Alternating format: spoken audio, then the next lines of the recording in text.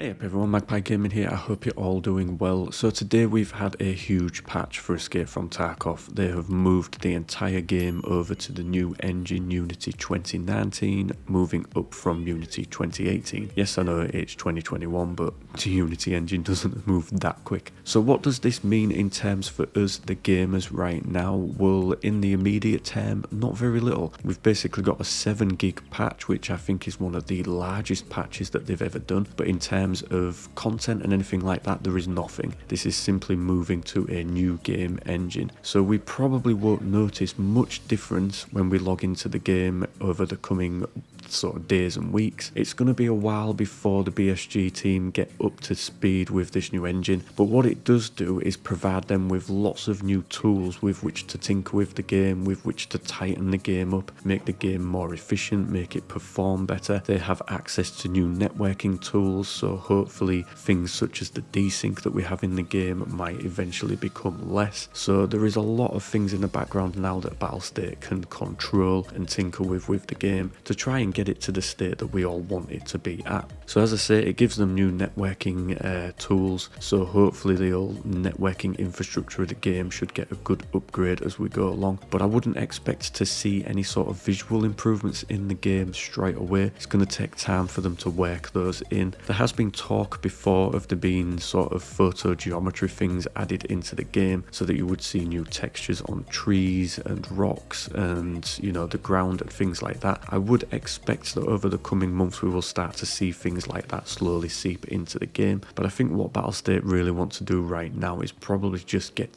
the current version of the game as efficient as it can be before they start adding new things to it. Now, we was recently told in the podcast last week that the move to Unity 2019 would take place with patch 12.12, but as I have said many times in the past, do not try and second guess Battlestate games. Things will always change and be moved around as they see fit, basically. So obviously they've got to a point where they feel like Unity 2019 could be implemented in the game, and they've decided to do it. DLSS support was supposed to come in the same patch. It is not going to. It looks like that will still be slated for 12.12. We'll have to wait and see on that one, but again, that's another technology added into the game that will make it even better for us NVIDIA RTX users. At least for those on AMD cards, unfortunately that's not going to be the case right now, but AMD do have their own competing technology to DLSS. I can't remember the name of it, Fidelity or something like that it is. Hopefully Battlestate may implement that for you guys at some point as well, but the move over to Unity 2019 will see sort of